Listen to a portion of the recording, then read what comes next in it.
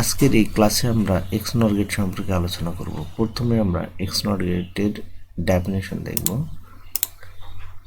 Exclusive নর গেটকে সংক্ষেপে বলা হয় XNOR গেট। যদি আমরা কখনো XOR গেটের সাথে নট গেট যুক্ত করি তাহলে যে লজিক গেটটি পাবো তাকেই বলবো XNOR গেট। এখন আমরা XNOR গেটের ফিগার ইমপ্লিমেন্ট করব। XNOR গেট ইমপ্লিমেন্ট করার জন্য প্রথমে আমাদেরকে নিতে হবে XOR গেট। এটি হচ্ছে আমাদের XOR গেট। এখানে A ও B হচ্ছে ইনপুট, এর আউটপুট হবে A exclusive or B। A exclusive or B একে যদি আমরা ভেঙে ফেলি তাহলে ফাইনাল আউটপুটটা পাবো A inverse B plus A B inverse. এখন আমরা কি করব, একটি নট গেট নেব। এটি হচ্ছে আমাদের নট গেট। এখন কি করব, এই XOR গেটের সাথে নট গেটটিকে যুক্ত করে দেব। এখানে আমরা কি করেছি, এতটুকু আছে আমাদের XOR গেট, এর সাথে এই নট গেটকে যুক্ত করেছি। XOR গেটের আমাদের আউটপুট হচ্ছে A এক্সক্লুসিভ অর B। এর সাথে আমরা এখানে নট গেট যুক্ত করেছি, তাই এর আউটপুট হবে A এক্সক্লুসিভ অর B এর উপর ইনভার্স। একেই বলা হয় XNOR গেট। এখন আমি বলতে চাচ্ছি A এক্সক্লুসিভ নর B, একে যদি আমরা ভেঙে ফেলি তাহলে ফাইনাল আউটপুটটা হবে আমাদের A inverse B inverse plus AB, এতটুকুই।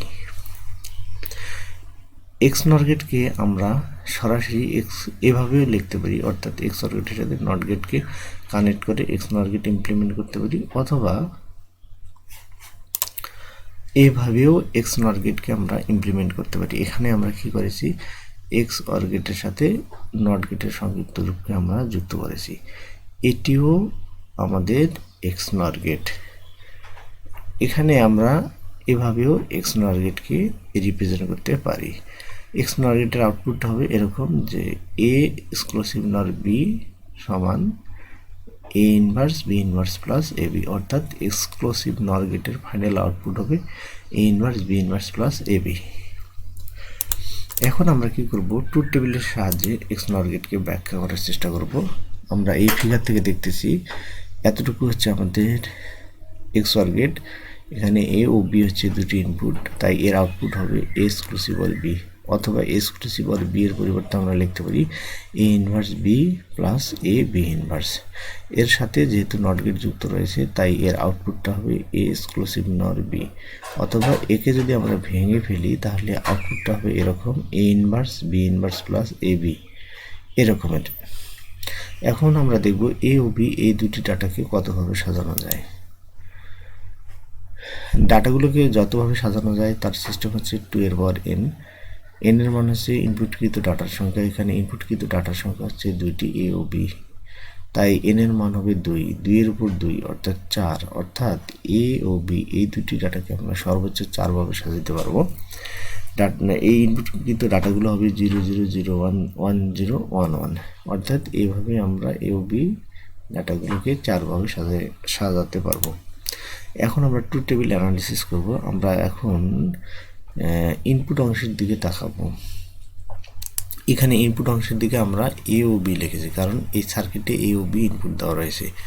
এরপর কি করব, A ও B এই দুটি ইনপুটের A ও B এই দুটি ইনপুটকৃত ডাটার নিচে আমরা কি করব, এই দুটি ডাটাকে আমরা যতভাবে সাজানো যায় সেটা লিখব, অর্থাৎ A ও B এই দুটি ডাটাকে আমরা 4 ভাবে সাজাতে পারবো সেটাই লিখব। এই জন্য আমরা এখানে লিখেছি 0 0, এটি হচ্ছে আমাদের প্রথম ইনপুট। এরপর 0 1, এটি হচ্ছে আমাদের দ্বিতীয় ইনপুট। 1 0, এটি হচ্ছে আমাদের তৃতীয় ইনপুট।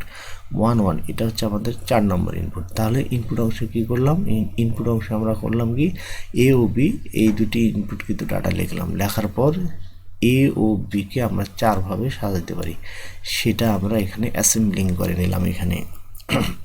এরপর আমরা যদি আউটপুট অংশের দিকে যাব, এটি হচ্ছে আমাদের আউটপুট অংশ। আউটপুট অংশের দিকে যদি তাকাই তাহলে আমরা দেখতেছি যে XNOR গেটের ফাইনাল আউটপুটটা হচ্ছে A inverse B inverse plus AB। তাহলে এতটুকু যদি আমরা ইমপ্লিমেন্ট করতে চাই তাহলে আমাদেরকে একবার A ইনভার্স বের করে নিতে হবে। আর একবার বি ইনভার্স বের করে নিতে হবে। আর একবার কী করতে হবে, A inverse O B ইনভার্সকে logical multiplication করে এ ইনভার্স বি ইনভার্স বের করতে হবে। আর একবার কী করতে হবে, এ বি এর মান বের করতে হবে। তাহলে এ বি এর মান বের করার জন্য আমাদেরকে এ ও বি এর মানকে লজিক্যাল মাল্টিপ্লিকেশন করে নিতে হবে, তাহলে আমরা এ বি পাবো।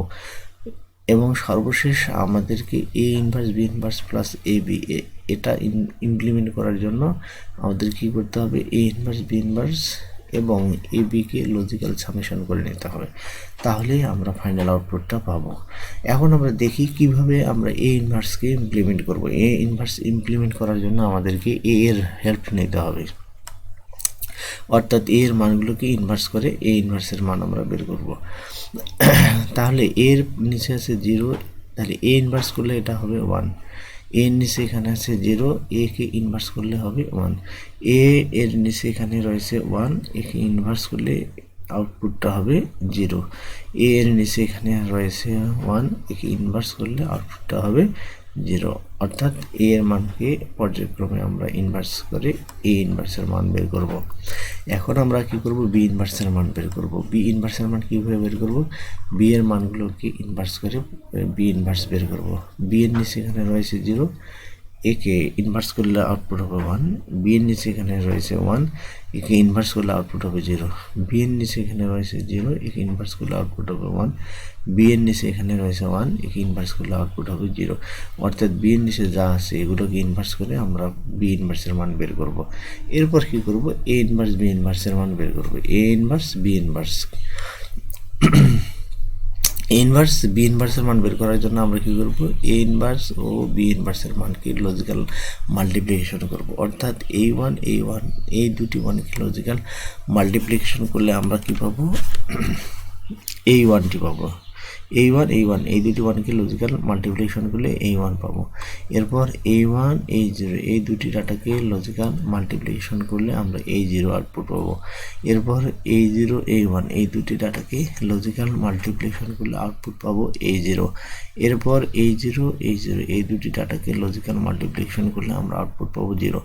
তাহলে A inverse O B inverse এই দুটি ডাটাকে লজিক্যাল মাল্টিপ্লিকেশন করে আমরা এভাবে এ ইনভার্স বি ইনভার্সের মান বের করে নেব। এরপর আমরা এ বি এর মান কীভাবে বের করব, এ ও বি এর মানকে লজিক্যাল মাল্টিপ্লিকেশন করব। এখানে ইনপুট হচ্ছে 0, এখানে আছে 0, এই দুটি 0কে লজিক্যাল মাল্টিপ্লিকেশন করলে আউটপুট হবে 0। এই 0 এই 1 এই দুটি ডাটাকে লজিক্যাল মাল্টিপ্লিকেশন করলে আউটপুট হবে 0।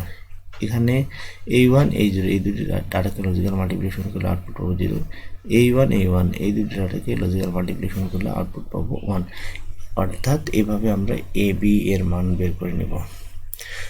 এখন আমরা দেখতেছি আমাদের এ ইনভার্স বি ইনভার্সের মান এবং এ বি এর মান বের করা হয়েছে, তাই আমরা এখন এ inverse B inverse plus A B এর মান বের করার জন্য কী করব, এ ইনভার্স বি ইনভার্স এবং এ বি এর মানকে লজিক্যাল সামেশন করে দেব।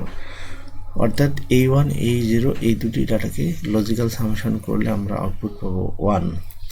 এখন এই 0 এই দুটি ডাটাকে লজিক্যাল সামেশন করলে আউটপুট পাবো 0। এই 0 এই দুটি ডাটাকে লজিক্যাল সামেশন করলে আউটপুট পাবো 0।